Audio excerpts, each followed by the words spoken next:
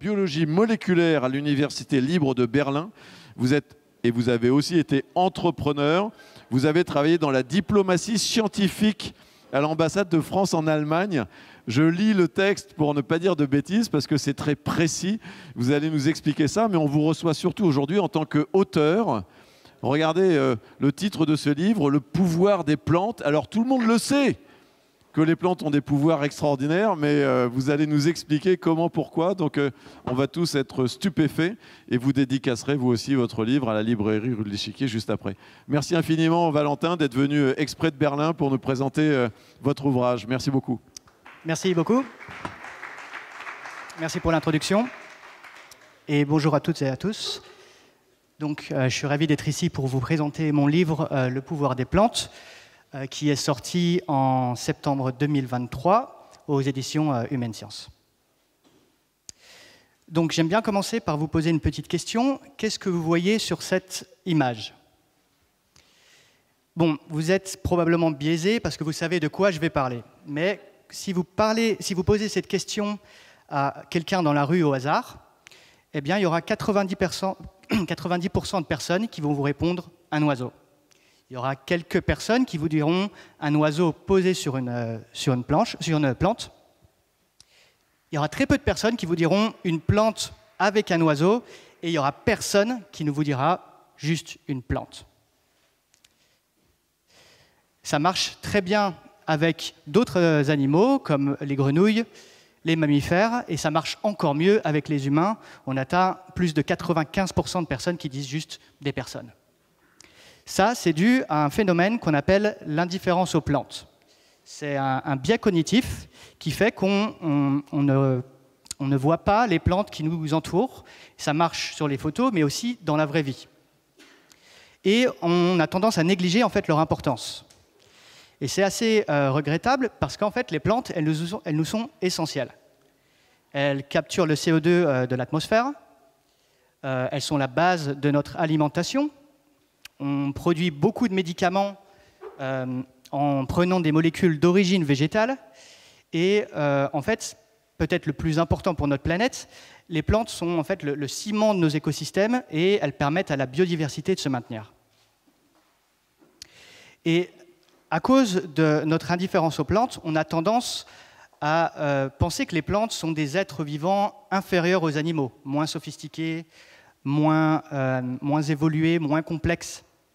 Pourtant, d'un point de vue évolutif, plantes et animaux se sont séparés il y a très longtemps.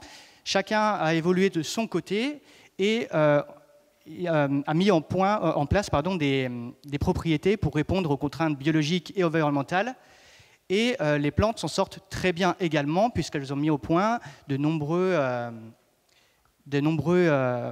propriétés qui sont ingénieuses et même parfois élégantes.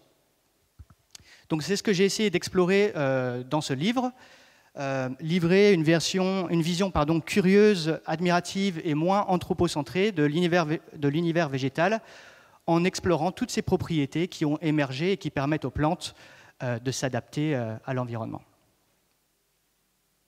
Donc, la première propriété, une des propriétés que j'explore, c'est le mouvement. On a tendance à penser que le mouvement est propre du règne animal. Pourtant, les plantes ont des mouvements. Souvent, on ne les voit pas parce que les mouvements sont trop lents ou l'amplitude de ces mouvements est trop faible, mais le mouvement fait partie intégrante du règne animal. On en a tous fait l'expérience, on met une plante en pot à côté d'une fenêtre, quelques jours plus tard, on s'aperçoit que la plante a poussé en direction de la fenêtre. Là, je vous ai mis une petite animation avec des plants de tomates qui, en vitesse accélérée, se réorientent en fonction de l'éclairage lumineux. Donc ça, c'est ce qu'on appelle l'héliotropisme. Et on sait plutôt bien comment ça marche. Il y a une hormone végétale qui s'appelle l'auxine, qui est responsable de l'élongation cellulaire. Donc, en fait, c'est ce qui promeut la croissance. Quand le soleil irradie un côté de la tige, l'auxine migre du côté ombragé de la tige. Donc, en fait, le côté ombragé va pousser plus vite que le côté ensoleillé, ce qui provoque une courbure. Donc, voilà pour les mouvements lents. Ceci dit, il y a des plantes qui bougent à des vitesses bien plus élevées que ça.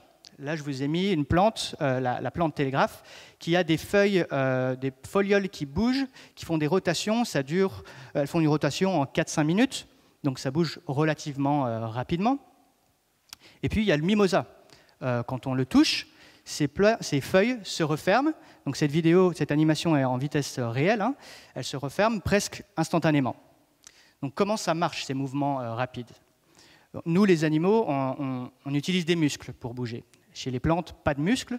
Ce qu'elles ont, en revanche, c'est des amas de cellules qui vont accumuler ou relarguer de l'eau. Et un peu comme un ballon de baudruche qu'on gonflerait ou qui se dégonflerait, ces flux d'eau vont générer des changements de volume dans les cellules, ce qui provoque des mouvements qu'on peut voir à l'œil nu.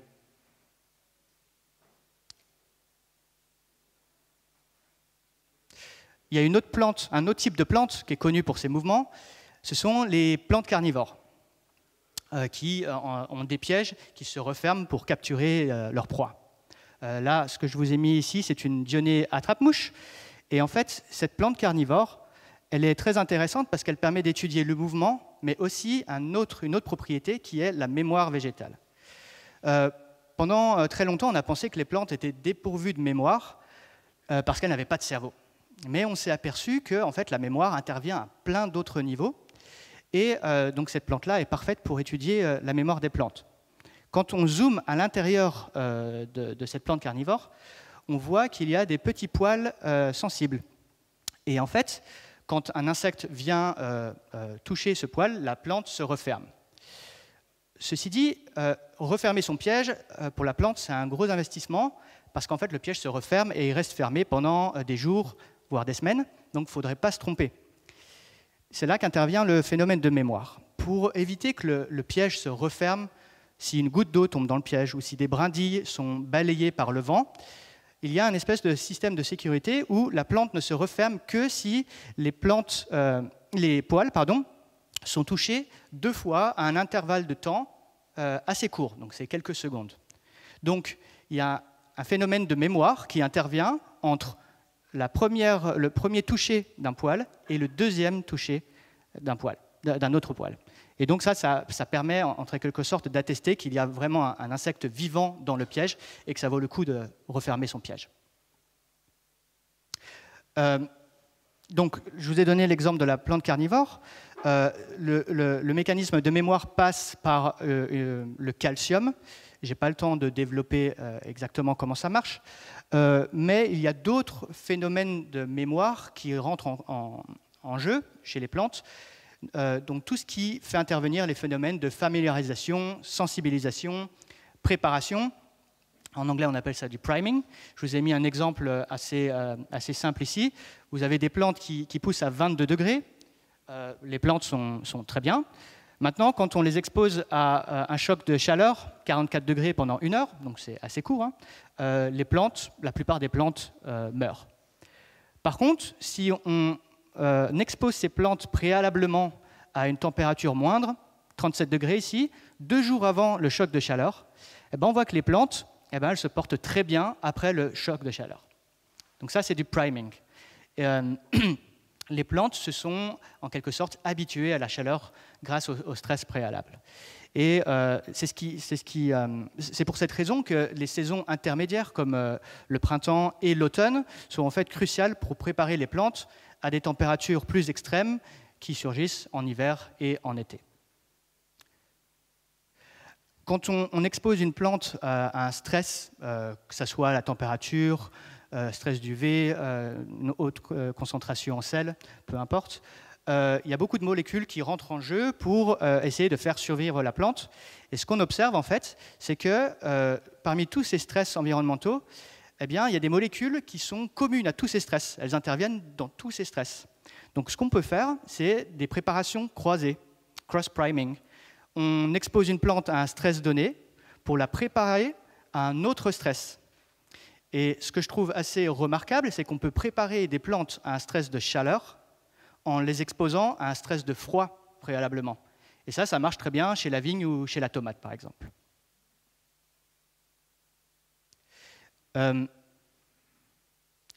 Donc oui, pour les mécanismes de mémoire, un des niveaux par lesquels les plantes passent, ça se passe au niveau de l'ADN, au niveau de l'épigénétisme. Avant de continuer, je vais vous poser une petite question. Est-ce que vous pourriez lever la main si vous avez mangé au cours du dernier mois soit une banane, soit une patate douce, soit du wasabi, soit une cacahuète, soit bu une bière?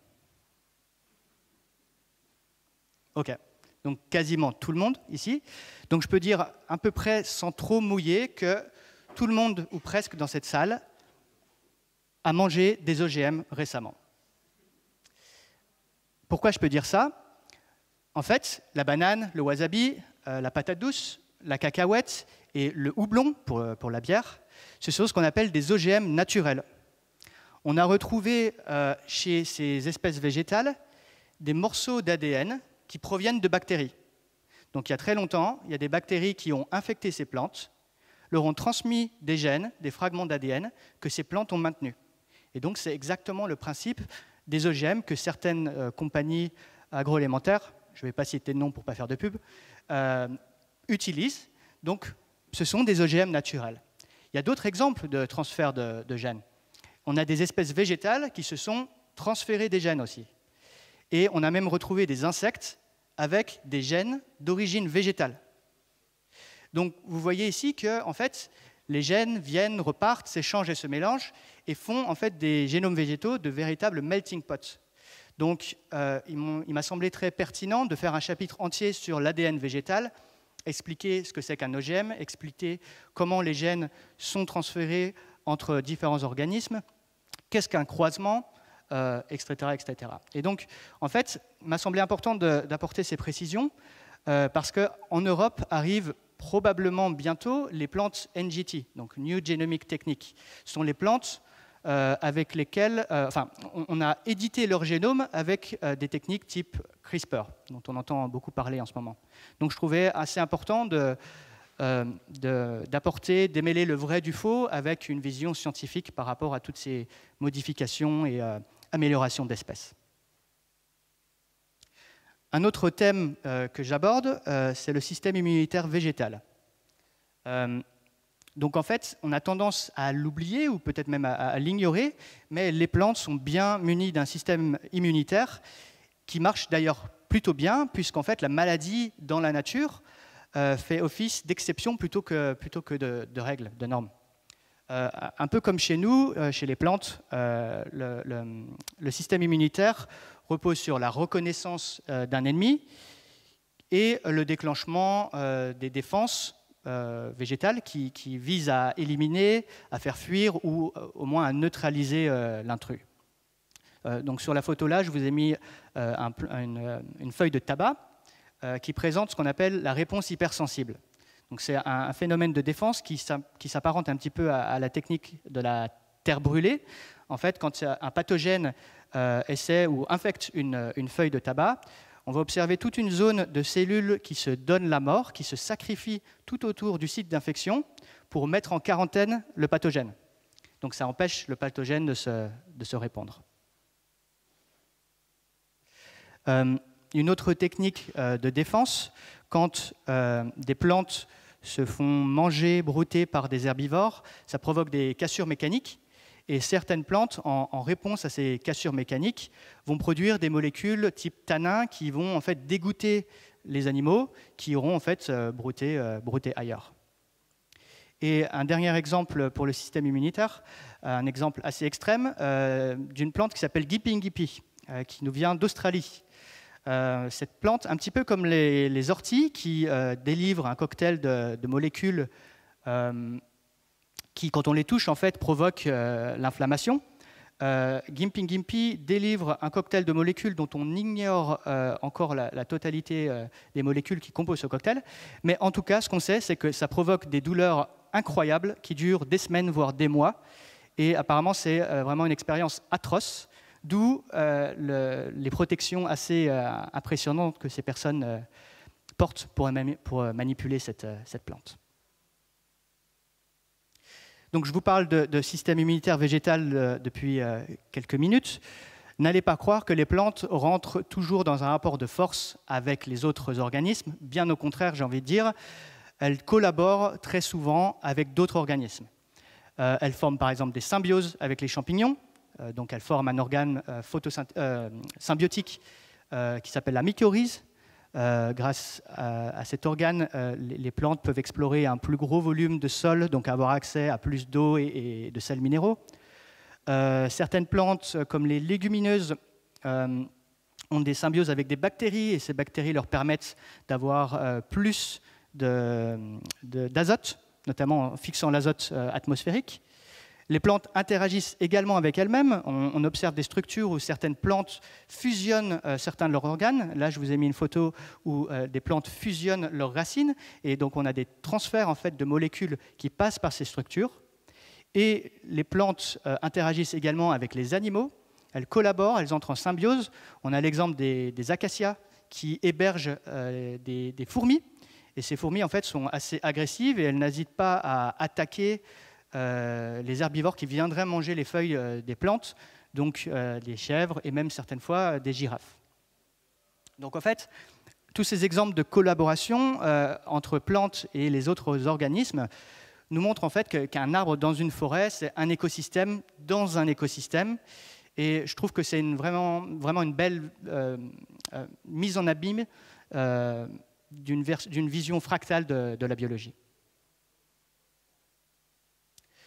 Je vous ai parlé des symbioses avec les fourmis. Il y a un autre type de symbiose qui est importante pour les plantes, c'est la symbiose avec les pollinisateurs. Donc les insectes qui aident les plantes à fleurs à se reproduire en transmettant ou en faisant passer le pollen de fleur en fleur.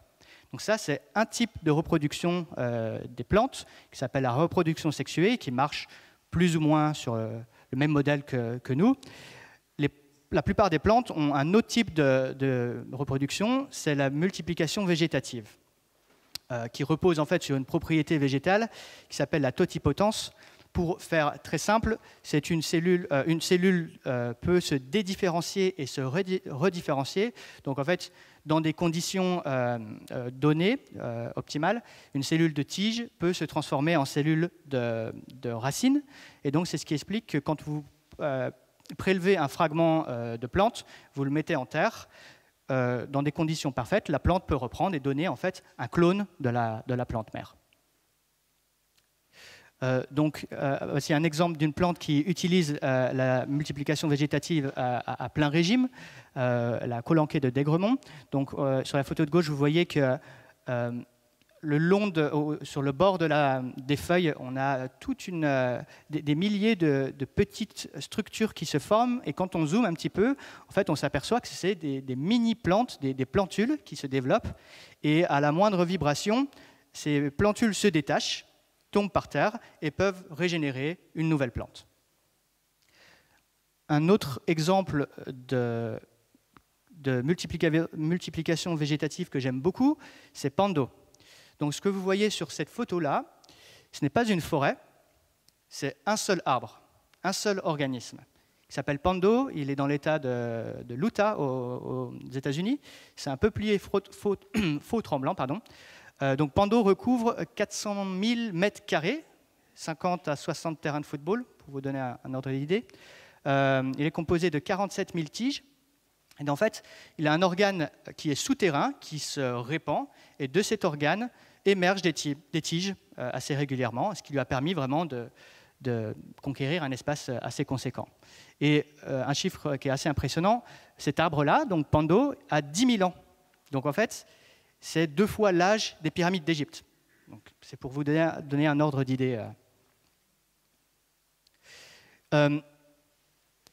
Donc l'homme, en fait, a tiré parti de cette multiplication végétative pour mettre au point la technique de bouturage, greffe ou marcottage. Je vous donne ici 2 exemples que je trouve assez intéressants. En greffant un plant de tomate sur une pomme de terre, on obtient la pommate. Donc une plante unique qui fabrique des tomates dans les parties aériennes et des patates sous terre. Et un artiste a créé ce qu'il appelle l'arbre aux 40 fruits. Il a pris un tronc et il a greffé des branches de 40 espèces différentes, tous du genre Prunus, donc des prunes, des abricotiers, pêchers, amandiers, cerisiers, etc., pour obtenir cet arbre-là qui va vous donner tout plein de fruits différents et qui, au printemps, va apparaître un peu de toutes les couleurs. Donc, vous voyez que les plantes ont mis au point beaucoup de propriétés étonnantes, ingénieuses, élégantes, et pourtant, on continue de les sous-estimer et on continue de penser qu'elles sont moins évoluées que les plantes. Pour mettre ceci en perspective, il y a un chiffre que je trouve assez éloquent. Quand on regarde la masse organique totale qui est sur Terre, donc la biomasse, on s'aperçoit que les plantes représentent 80% de cette biomasse. Et les animaux, à titre de comparaison, c'est 0,4%. Donc, je pense qu'il est clair qu'en fait, les plantes ont énormément de succès pour coloniser la Terre. Donc la question qu'on pourrait se poser, c'est est-ce qu'on ne pourrait pas s'inspirer des plantes pour certains aspects? Eh bien, c'est exactement ce qu'a fait cette limace aquatique qui s'appelle l'Hélisie émeraude. Donc cette limace, en fait, elle se nourrit d'algues et elle ne digère pas ces algues complètement, elle va laisser intacts les chloroplastes de cette algue. Donc les chloroplastes, ce sont les organites qui sont dans les cellules et qui réalisent la photosynthèse, donc qui capturent l'énergie lumineuse pour la transformer en sucre, donc en énergie. Donc elle laisse intacts les chloroplastes qui restent actifs à l'intérieur de la limace et qui continuent de l'alimenter en énergie.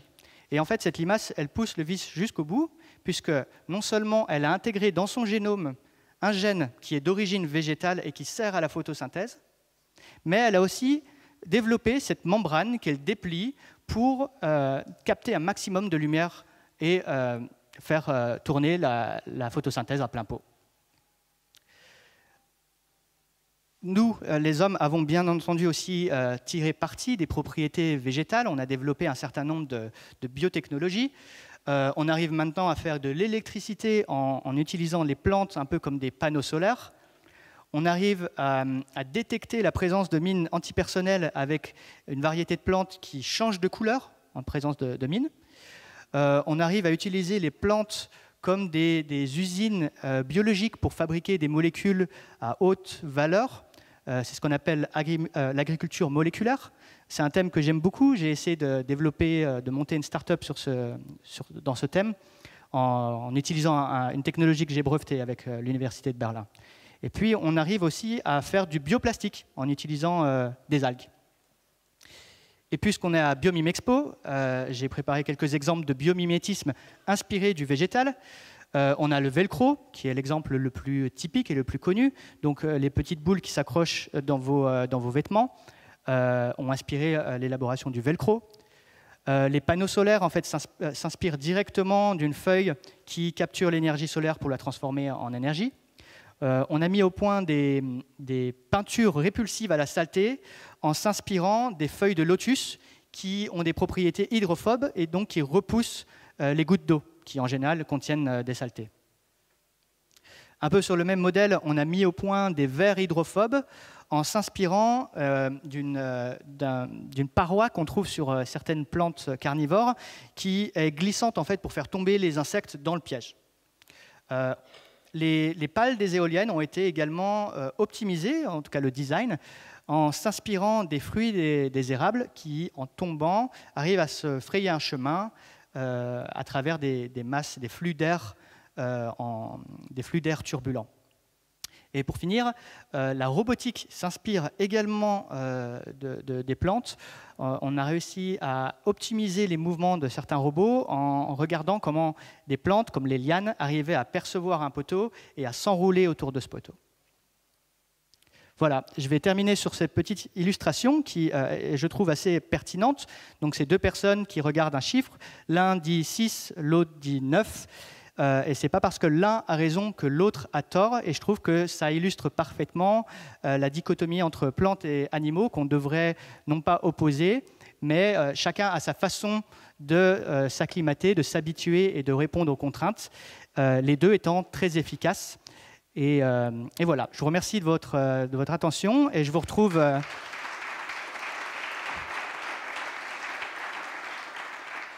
Et je vous retrouve à la librairie dans un instant pour papoter davantage.